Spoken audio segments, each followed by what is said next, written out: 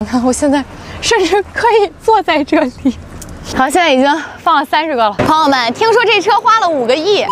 华为宣称花了5个亿打造的新的问界 M7，今天我拿到了，然后今天呢就给大家好好聊一聊。于总呢说这5个亿很多都是花在了我们肉眼看不见的地方，所以呢其实外观来看，它除了增加了一个新的车漆颜色，这一点比较明显之外，大体上来看好像没有太大的变化。但是大家看到这个了吗？激光雷达，可能是华为发现了现在新能源车的用户对于新能源车的这个智能驾驶的能力非常的关心。哎，华为一想，那这个我熟啊。 所以呢，现在新的问界 M7它是支持华为 ADS 2.0的智能驾驶系统，而且不依赖高精地图。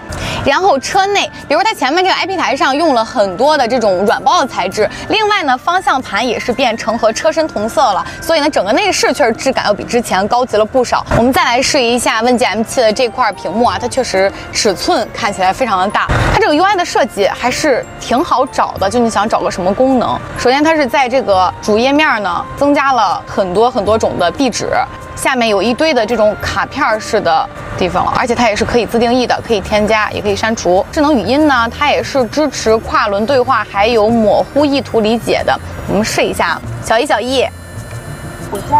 打开天窗。好的，正在打开。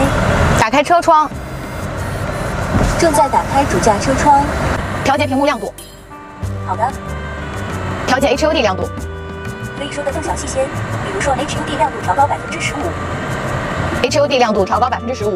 HUD 亮度调到65%啦。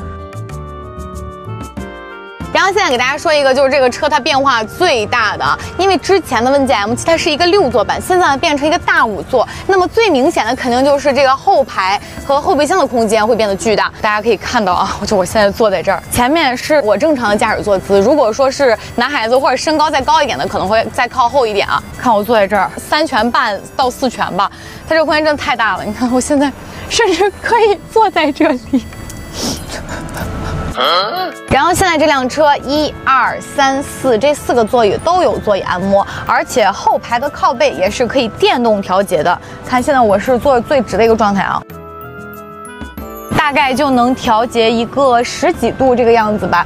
另外呢，可以看到中间这一块它多了一块触控屏，控制后排的空调，像座椅加热、座椅按摩，还有座椅通风都在这儿。按摩还是一个3档的。之前不是有人吐槽过说老款的那个问界 M7它的后排空调嘛？然后现在呢，后排它也是一个独立温区了。现在全车它有17个空调出风口，在同级里面应该算是最多的了。所以我觉得问界还是挺听劝的。大家对它有什么不满意的点，我就可以在评论区里说一说，说不定他们看到了就会按照你的建议改。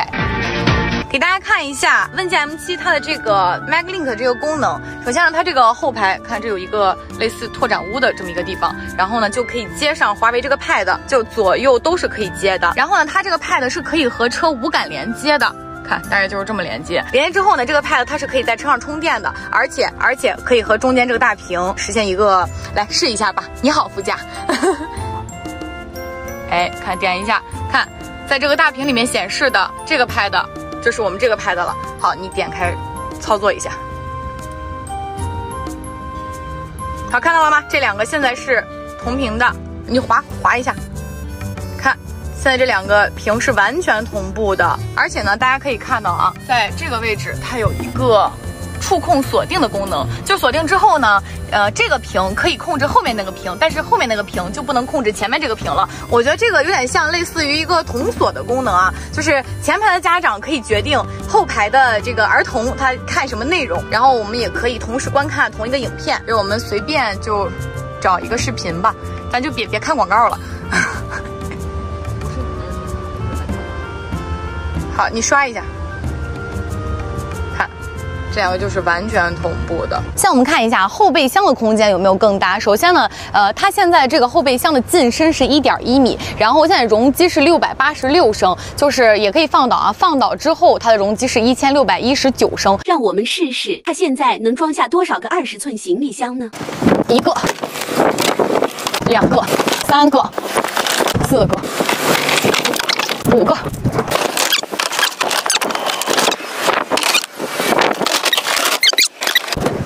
27、28、29、30，好，现在已经放了30个了。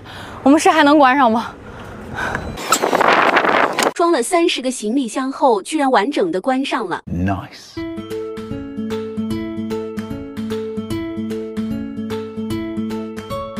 现在呢，我们把这个车开起来。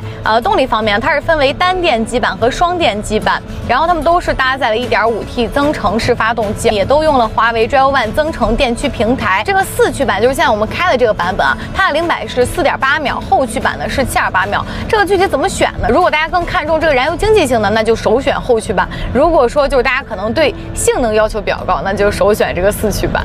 CLTC 工况下满油满电，它的综合续航是1300公里，纯电续航呢是240公里，亏电油耗4.9升。另外啊，虽然说这个车比较大，毕竟是一个5米长的车啊，但是你开起来不会有那种特别难操控的感觉，包括高速过弯的时候也不会说有特别大的侧倾，就相对来说呢还是挺灵活的。然后它还有一个智能增程模式，在这个模式之下，它可以根据不同的车速啊、坡度来智能调控发动机的启停和发电，通过最佳油电配合来达到一个最低的能耗和最佳的这个车内 NVH 的体验。而且呢，在这个冬天低温工况下，就是它的动力性也能够提升10%。然后呢，因为这个车它的前后悬增加了双 FSD 减震器，就其实之前的问界 M7 它本身就不硬，但是现在的新 M7 它更软了。现在它整个开起来就是巨舒服，你不管是我们正常的这个铺装路面啊，还是说像路过这个减速带啊、一些井盖，它整个的这个驾乘舒适性都增加了。所以我觉得现在这个车应该真的是非常适合家用，家里人会坐得非常舒服。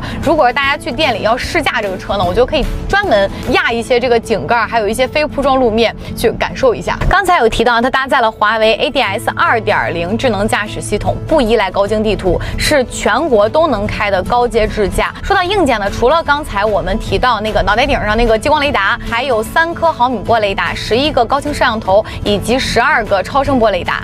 因为之前我有试过一些搭载华为的这个智能驾驶的其他品牌的车型啊，确实它的智能驾驶非常好用，基本就已经能实现这个点对点的智能驾驶了，所以我对这个还真是挺感兴趣的。而且听意思呢，落地的速度会很快 ，Q3 会开通15成 ，Q4 会开通45成。那这个功能具体好不好用呢？等我真的试到的时候再给大家好好分享一下。